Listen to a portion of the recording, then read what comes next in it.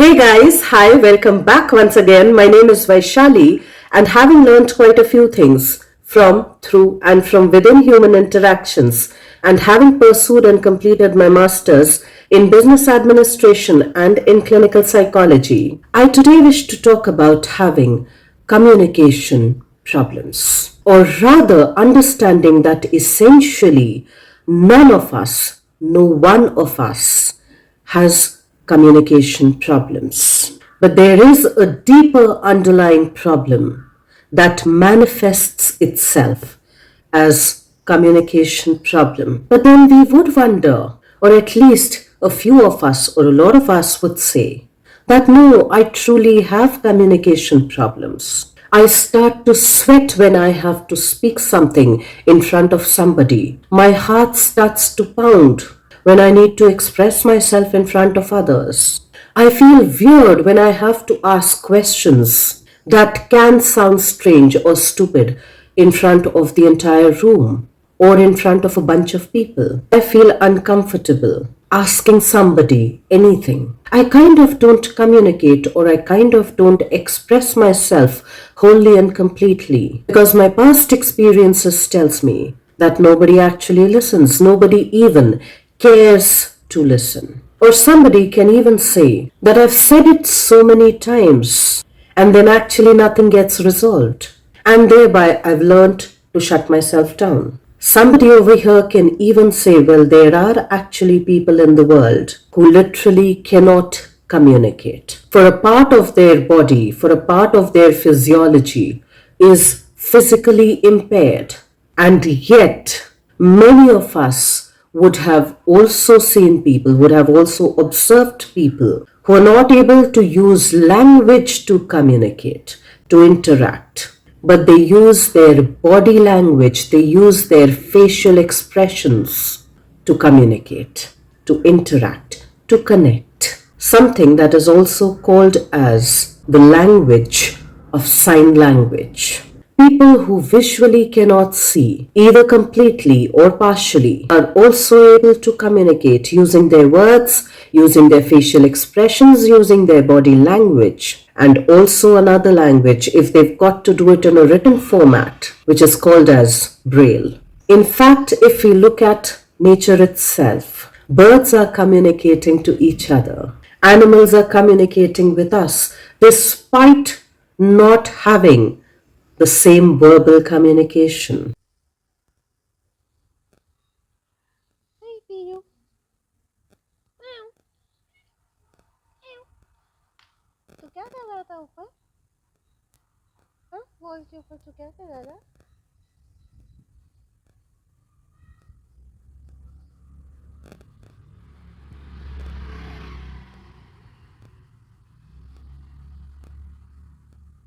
Hi, Cutters.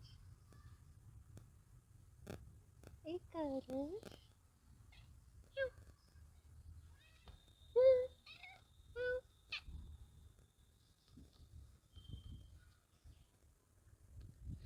The sunflower, when it's turning towards the sun, is also communicating something, is also interacting with the sun to be able to receive the sunlight that it needs for its growth, that it needs for itself to be able to bloom, which should make us question that if the entire nature is communicating and we are an extension, a part of this nature, how weird it is to say, how illogical it's to say, how senseless then it's to say that I cannot communicate, that I have issues with communication. In my understanding, if we look a little deeper, if we observe, if we notice the aspects when we say that we have difficulty communicating, and the terminologies many a times that we use, like I feel my throat going dry or my mouth going dry when I need to communicate in front of a lot of people or in front of a few people. What essentially we are saying is that I am feeling dehydrated at this point in time. That is why my mouth feels dry. And imagine yourself feeling dehydrated for a very long period of time. Quite naturally, your entire physical body, after a point in time, will go into the survival mode.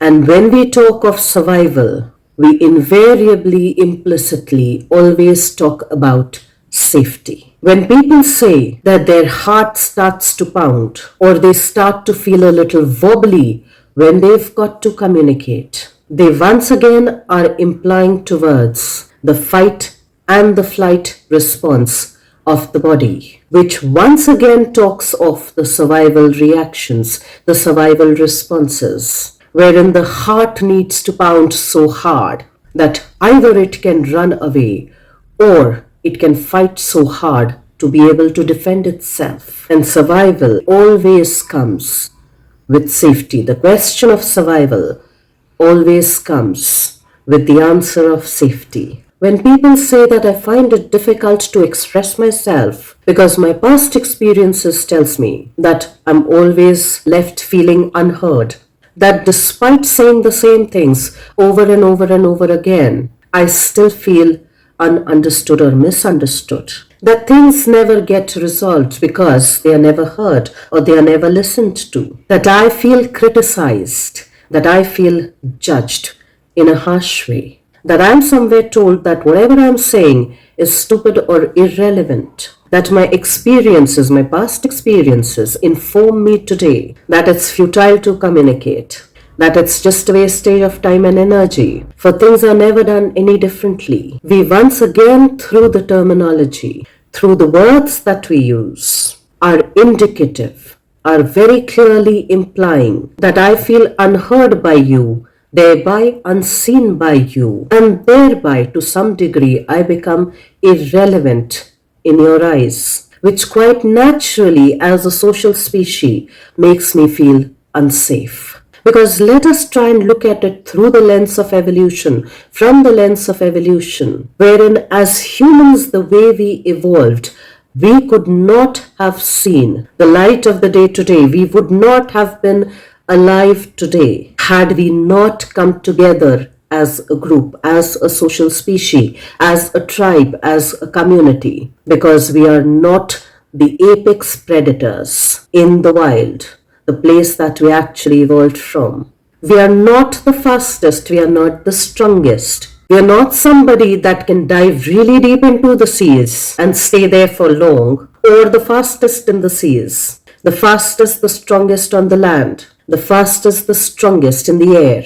In fact, even a poisonous insect, a small little insect, can kill us. And the evidence of that was there during the COVID times. A small little virus, which even isn't the apex predator and is not even visible to the naked eyes, had the capacity to shut down the human speed, had the capacity to shut down human beings within their own confined houses. It to a large degree took away our freedom of movement and the choices that we got to make with that. Imagine having to live alone in the jungle and being able to survive any and all of that. And the way this biology then evolved in keeping with that part of our evolution quite literally tells us that when we feel unheard, we quite literally feel unseen. And when anything's unseen, it quite naturally is not identifiable. It quite literally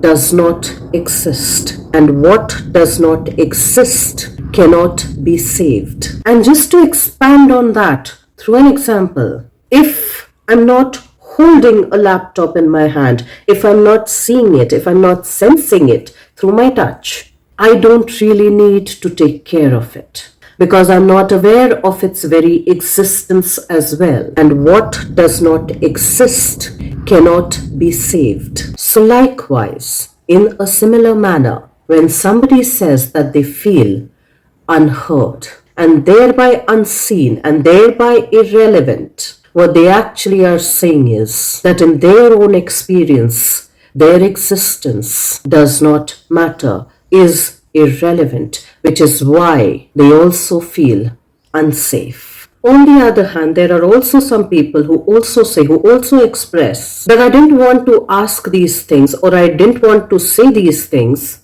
because I didn't want to sound stupid, or unintelligent. Or I didn't want my issue to sound irrelevant or out of place. What they essentially are implying is that if I say all of these things, I will lose that sense, or I might lose that sense of belonging within a social structure, of feeling belonged within a community, essentially implying that I will feel rejected. And once again, from the evolutionary standpoint of view and the evolutionary biology of us, at any point in time, had any of our ancestors been rejected, i.e., been thrown out, they would have quite literally, not just metaphorically, but they would have quite literally, within the next few hours or the next few days, would have been eaten up by an apex predator, whether on the land, whether in the water, or whether in the air.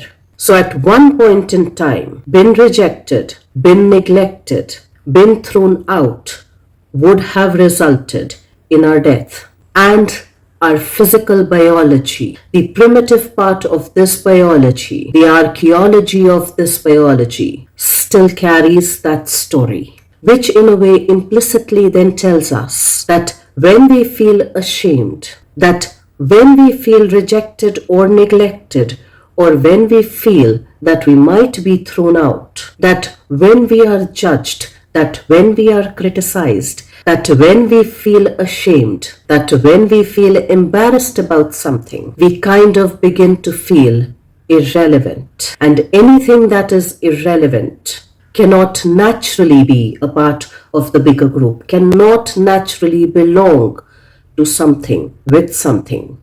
And if it doesn't belong to something, with something, as a social species, its basic survival gets threatened, which is where the question of safety comes into the picture. So at any point in time, we feel or we think that we have communication problems, or that we cannot communicate with others. We are essentially implying, we are essentially stating that we do not feel safe.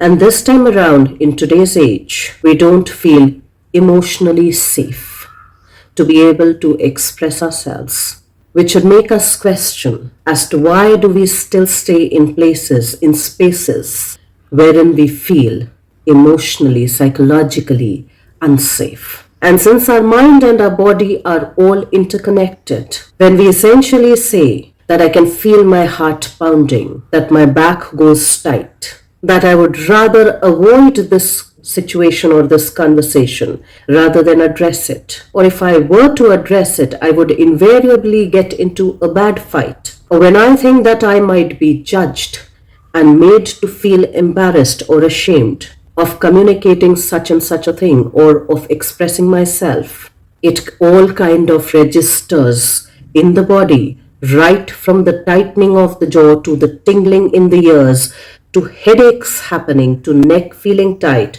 to throat feeling tight and dry, to chest pounding, to shoulders feeling tight or hunched, to fists clenching or fists sweating or palms sweating, to muscles tightening or muscles feeling so loose as if they don't have any life in them, to back feeling tight, to stomach constricting, shallow breathing, to legs feeling wobbly or legs feeling too tight. It all is the mind-body connection playing through that interaction, telling us that we don't feel not just psychologically but even physically safe.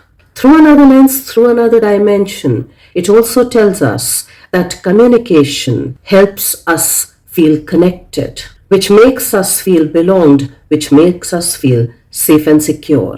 And if that is not happening, and if we feel disconnected, which may make us feel neglected and irrelevant, once again, it tells us that we feel unsafe.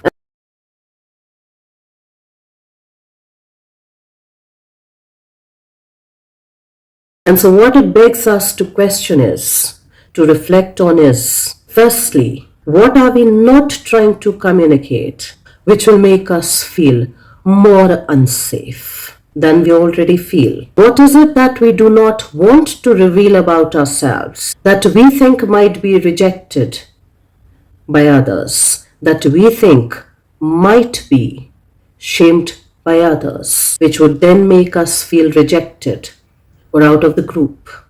Why do we stay in places and situations where we feel unsafe, more or less on a daily basis, which then causes all kinds of psychological and physiological issues, which kinds of creates distress within the entire system? And what kind of courage would we need? What kind of support would we need to be able to communicate, to be able to express ourselves completely and wholly? Because unfortunately, whether we like it or not, if we do not do that, and if we still want people to connect with us, it's an unrealistic expectation that we are carrying will cause us and others more disappointment than actually need be.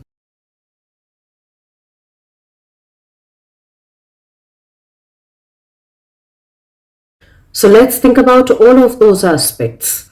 Let's actually truly dive within our own selves to reflect. What was the very first time in our life when we were implicitly or explicitly told that what you say is not that important, that your need to interact with us is not that valid, is not that important, and thereby, to some degree, you become irrelevant? What was the first time you were made to feel ashamed of yourself for having communicated, for having interacted in a certain way? What was the first time in life when you realized that you wanted to interact with somebody, when you wanted to communicate, but there was nobody around, nobody to listen to you? And you gradually probably built up a narrative that nobody has time enough to listen, that it might not be that important for others to listen, and thereby I am not that important to be listened to be heard. What was the first time in life you realized, or you actually thought, that there's no point in communicating because there's nobody who actually has enough time to listen, to be with me, to sit with me, to try and even understand me? What was the first time you were made to feel ashamed, or you felt embarrassed about communicating something, or about interacting in a certain way and expressing certain things, and shame felt like a heavy weight to carry, and so you learned to suppress and repress yourself? And you came up with this thought that I'm not an effective communicator, that I have issues with communication, which in a way then also tells us that if we have that, we'll have issues with our relationships as well. And many times it shows up, it manifests, it gets revealed in the most intimate relationships, wherein the sense of belonging, having a community, or at least the perception of having that community, and thereby that sense of belonging, and the risk of losing it runs high. Now, those are essentially the relationships that essentially forms our inner circle, from our partners to our parents to our siblings to our children to our relatives and to our close associations. Maybe not friends all the time, but yes, to all of these associations, within all of these relationships, in the construct of all of these relationship dynamics, wherein the risk of not feeling belonged and thereby feeling left alone, thereby feeling unsafe, runs a little high, which is where having hard conversations or conversations that feel hard also require a lot of courage. And courage without a brave heart is quite difficult to achieve. And if we do not reflect on all of those aspects quite naturally, we then have unrealistic expectations and unmet needs, which builds up resentment over time. And resentment of any kind is not healthy, is not conducive for growth, is not conducive for progression, both on a personal level and both on the relational, on interpersonal level as well. So the problem that you think that you have with communication is not essentially your problem with communication, but it's the feeling of feeling unsafe within your interactions. Let's try and reflect on that, and I will see you once again the next week. Till then, stay tuned in. And guys, if you do like the contextual content of these videos, please do like, share, and subscribe.